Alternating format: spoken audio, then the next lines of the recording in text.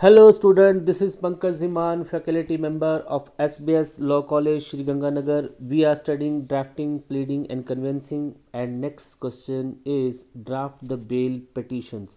तो bell petitions कैसे draft की जाती हैं कोर्ट में, उनको हम यहाँ पे स्टडी करेंगे। देखिए, बेल के प्रोविज़न जो हैं वो CRPC 1973 के अंडर दे रखे हैं।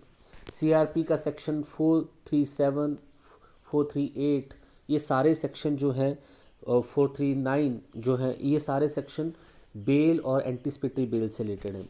तो बेल को कैसे आप कोर्ट से ले सकते हैं, कैसे आप उसकी जो है पिटीशन बनाएंगे, कैसे उसकी ड्राफ्टिंग करेंगे, ये आपको यहाँ पे पढ़ना है। सो बेल बेलेबल ऑफेंसेस में और नॉन बेलेबल ऑफेंसेस दोनों में मिलती है, लेकिन बेलेबल ऑफेंसेस में बेल आपका राइट होता है, यू नो वेरी वेल, लेकिन नॉन बेलेबल ऑफेंस में बेल जो है वो कोर्ट की डिस्क्रिशनरी पावर में आती है, कोर्ट डिसाइड करती है। तो आपको पहले एक अच्छी सी उसके लिए पिटीशन ड्राफ्ट करनी होती है, उसके बाद it's all up to the court कि क्या आपको वो बेल देती है या नहीं देती है। बेल जनरली जब आपके अगेंस्ट कोई जो है जुडिशल प्रोसीडिंग स्टार्ट होती है, उस टाइम पे आप बेल जो है मांग सकते हैं। So draft a bail petition for the release of an accuse arrested in the connection with the non bailable offences. तो एक नॉन बेलेबल ऑफेंसेस में अक्यूज पर्सन जो है वो बेल कैसे लगाएगा, कि बेल पिटीशन कैसे ड्राफ्ट करेगा थ्रू हिज एडवोकेट, उसको हम यहाँ पे समझेंगे। सो देखिए, सबसे पहले हमेशा कोर्ट का नाम होता है, यू नो वेरी वेल, तो in the court of judicial magistrate first class Jodhpur Rajasthan. तो आपको पता है हमेशा कोर्ट का नाम ऐसे लिखा जाता है। सिविल मैटर में सिविल कोर्ट का नाम आएगा, क्रिमिनल मैटर में क्रिमिनल कोर्ट का नाम आएगा, और जहाँ पे वो कोर्ट सिचुएटेड है और जिस स्टेट में वो सिचुएटेड है वहाँ पे नाम लिखे जाते हैं, और in the court of judicial magistrate करके लिखा जाता है। सो आप जो है नॉन बेलेबल ऑफेंस में बेल जो है जुडिशियल मजिस्ट्रेट फर्स्ट क्लास में जो है मांग रहे हैं। उसके बाद एज यू नो पार्टीज़ के नाम वहाँ पे लिखे जाते हैं। तो इस कंडीशन में, क्योंकि आप जो है यहाँ पे एप्लीकेशन लगा रहे हैं फॉर द बेल पिटीशन, या फिर आप पिटीशन फाइल कर रहे हैं बेल के लिए, तो यहाँ पे आपको एप्लीकेंट बोला जाएगा या फिर आपको पिटिशनर भी बोला जा सकता है। तो और जो उस बेल को डिफेंड करेगा, ऑब्वियस सी बात है, स्टेट जो होगी उस कंडीशन में पब्लिक प्रोसिक्यूटर और पुलिस जो है उस बेल को डिफेंड करने की कोशिश करेंगे, बताएंगे कि इसको बेल की बिल्कुल भी जरूरत नहीं है, वो बेल को स्टॉप करने की कोशिश करेंगे, तो उनको यहाँ पे क्या बोला जाएगा, डिफेंडेड यहाँ पे बोला जाएगा। तो दोनों पार्टीज़ के नाम, you know very well, defended हमेशा यहाँ पे स्टेट होगी, यू नो वेरी वेल। अब आपके पास नेचर ऑफ द पेटिशन क्या है ये बताना है, तो आप लिख देंगे यहाँ पे bail petition under the section 437 of the CRPC 1973। तो सेक्शन 437 के अंडर जो है बेल पिटीशन के बारे में बता रखा है, तो यहाँ पे आप जो है बेल मांगेंगे कोर्ट से। The humble application on behalf of the applicant as follow, क्या है वो अपने सारे फैक्ट यहाँ पे बताएंगा क्यों उसको। देखिए, जब भी बेल मांगी जाती है तो अपने आप को जो है कोशिश की जाती है कि वहाँ पे कोर्ट को आपको ये भरोसा दिलाना होता है कि बेल की मुझे कितनी ज़रूरत है, और बेल अगर नहीं मिलती है तो उसको कितना नुकसान इससे हो सकता है। तो आपको यहाँ पे कोर्ट को कुछ फैक्ट्स यहाँ पे बताने पड़ते हैं। That the applicant is a resident of Jodhpur and the respectable and peaceful citizen, he runs a tea shop at dash bazaar. So applicant जो है वो रेजिडेंट है जोधपुर का और एक रिस्पेक्टेबल पीसफुल सिटीज़न है, और टी शॉप की दुकान एक चलाता है बाज़ार में।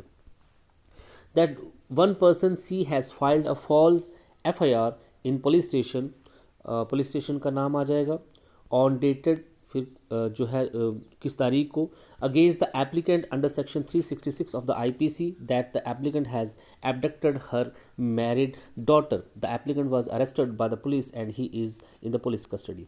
सो सी जो एक इंसान है उसने जो है एक FIR फाइल की थी पुलिस स्टेशन में, पुलिस स्टेशन का नाम, डेट किस तारीख को, अंडर सेक्शन 366 IPC, जिसमें जो है आरोप ये लगाया था कि उसने उसके मैरिड डॉटर को एबडक्ट किया है। The applicant was arrested by the police and he is in the police custody. So applicant अब जो है वो पुलिस के द्वारा अरेस्ट कर लिया गया है और वो पुलिस कस्टडी में अभी है, रिमांड पे है। That the applicant is innocent and has been falsely implicated in the above case due to the enmity. तो एप्लीकेंट यहाँ पे बता रहा है कि वो निर्दोष है और जानबूझ को उसको इस केस में फंसाया गया है क्योंकि उसके साथ दुश्मनी है।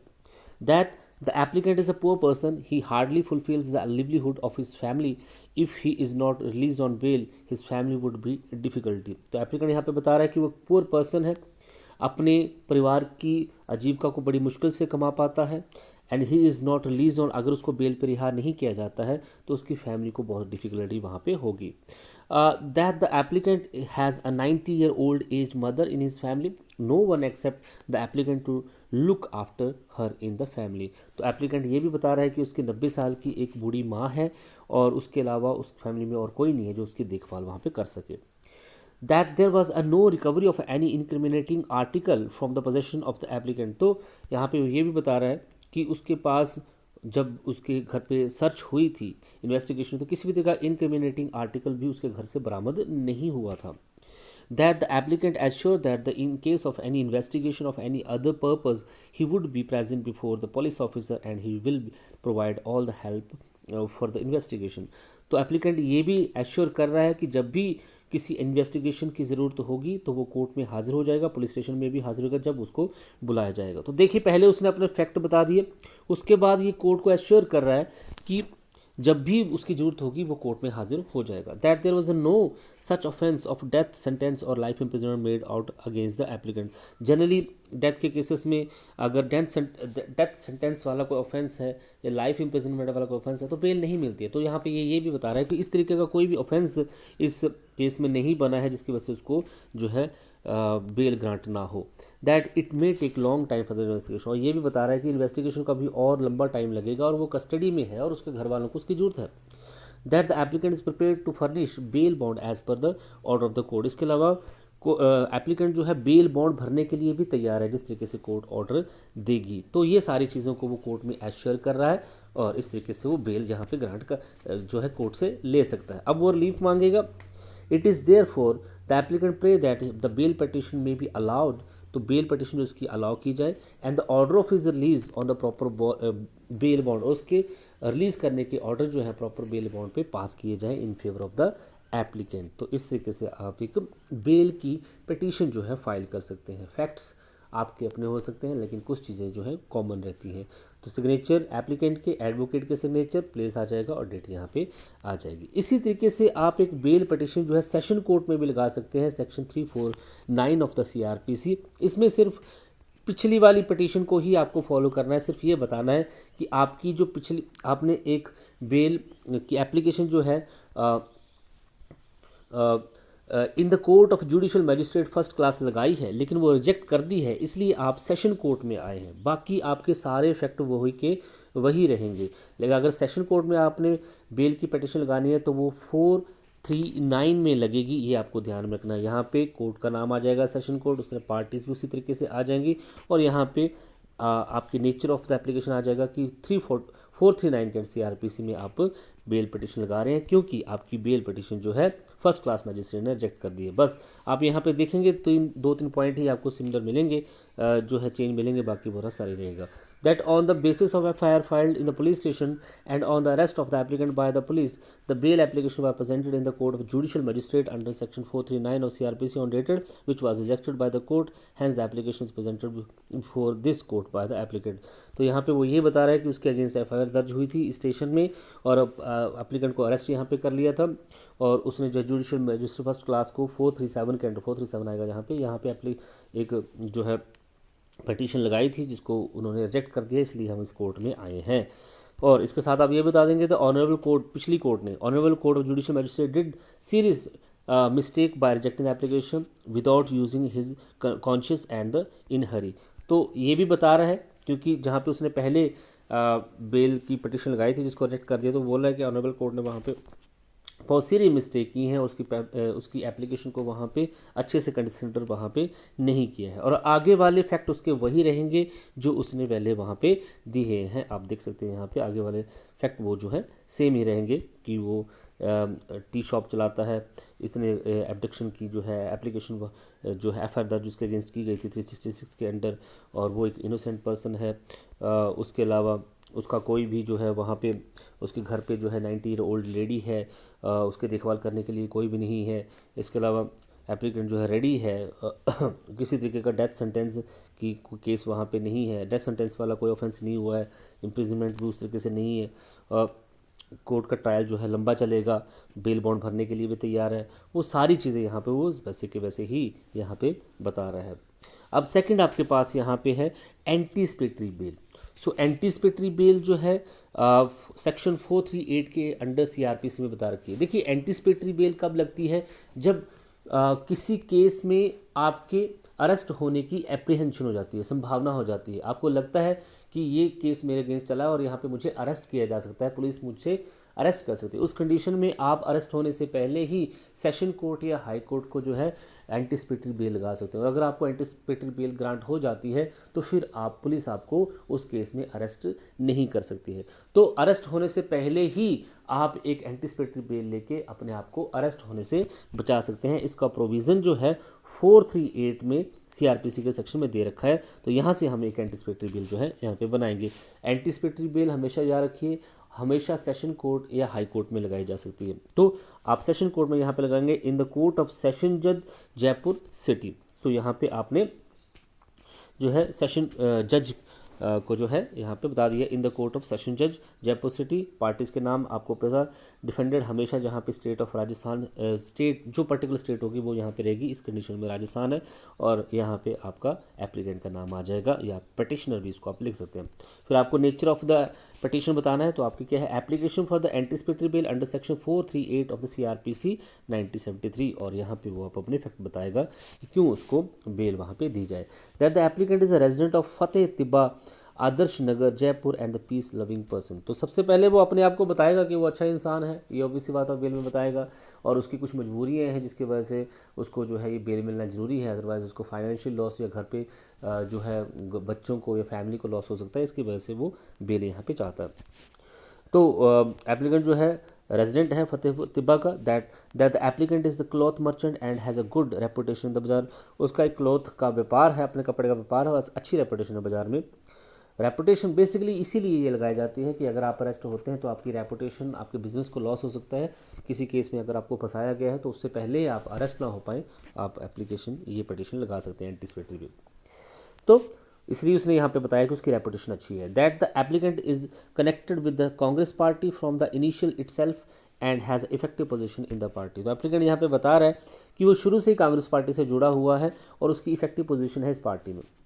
Next, that due to these reason, one of the neighbor, Mr. C, who is also cloth merchant and connected with the BJP, have malice against the applicant. तो यहाँ पे ये बता रहा है कि इसी रीज़न के कारण उसका जो नेबर है C, वो भी क्लॉथ का बिजनेस करता है और वो बीजेपी से कनेक्टेड है और इसलिए हमेशा उसके अगेंस्ट द्वेष वहाँ पे वो रखता है।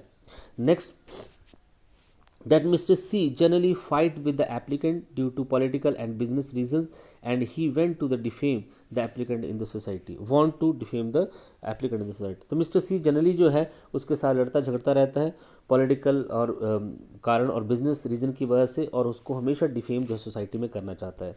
That Mr. C has earlier also filed 3 times FIR in the police station, जो भी पुलिस स्टेशन होगा वहाँ पे, in which the police has submitted a final report. तो इससे पहले भी सी ने कई बार जो है एफआईआर जो है अगेंस्ट जो है एप्लीकेंट जो है पुलिस स्टेशन में फाइल की है, जिसकी फाइनल रिपोर्ट जो है पुलिस ने सबमिट कर दी थी। दैट ऑन डेट, इस डेट को mister C again filed a false report. तो एक फिर से जो है एक फॉल्स एफआईआर दर्ज जो है एप्लीकेंट के अगेंस्ट जो है पुलिस स्टेशन में इतनी तारीख को कर दी है। यहाँ पे एफआईआर नंबर और पुलिस स्टेशन कौन सा है वो बता दिए। That the applicant is an innocent person, Mr. C has filed a false report because on that date he was away from the Jaipur and has returned today only। तो applicant यहाँ पे बोला कि वो एक निर्दोष इंसान है। सी ने जब उसके आगे फिर एक फॉल्स रिपोर्ट लगा दी है और जिस दिन उसने फॉल्स रिपोर्ट लगाई, जिस दिन उसने वो एफआईआर उसके अगेंस्ट लाई, उस दिन वो घर से बाहर था, आज ही वापस आया है। That on that false report the police want to arrest the applicant. इसी फॉल्स रिपोर्ट की वजह से एफआईआर की वजह से पुलिस उसको अरेस्ट करना चाहती है। If the applicant is arrested there will be a loss of his business and reputation.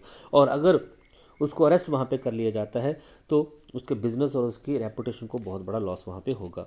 That the applicant is reputed person, there are no chance of his running away or breaking the witnesses. तो applicant बता रहा है कि वो एक reputed person है और उसके वहाँ से भागने की कोई संभावना नहीं है और किसी विटनेस को भी वहाँ पे तोड़ने की या ख़राब करने की कोशिश उसकी नहीं है।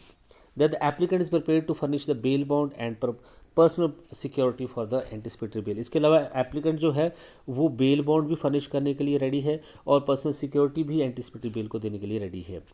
प्रिपेयर कर रहा है। That the applicant also assure that he would be present in the case of needed bye the police, और इसके अलावा वो ये भी अश्योर कर रहा है कि जब भी पुलिस को भी उसकी ज़रूरत होगी वो अपने आप को अवेलेबल रखेगा और हर तरीके की हेल्प जो है इन्वेस्टिगेशन में प्रोवाइड कराएगा। तो इस तरीके से आप अरेस्ट होने से पहले ही एक एंटीसिपेटरी बेल लगा सकते हैं, आपको प्रॉपर फैक्ट वहाँ पे देने हैं। अब वो प्रेयर यहाँ पे करेगा, if it is there for the applicant pray that the application for the anticipatory bail may be accepted, तो एप्लीकेंट की जो एप्लीकेशन है एंटीसिपेटरी बेल की उसको एक्सेप्ट किया जाए और ऑर्डर किए जाएँ pass that the case of arrest, कि अगर ऑर्डर यहाँ पे दिए गए अगर उसको अरेस्ट किया जाता है he should be release on submission of his personal security and bail bond, उसको पर्सनल सिक्योरिटी बेल बॉन्ड के बेसिस पे इसको वहाँ पे रिलीज़ वहाँ पे कर दिया जाए। तो इस तरीके से आप जो है पिटीशन बना सकते हैं।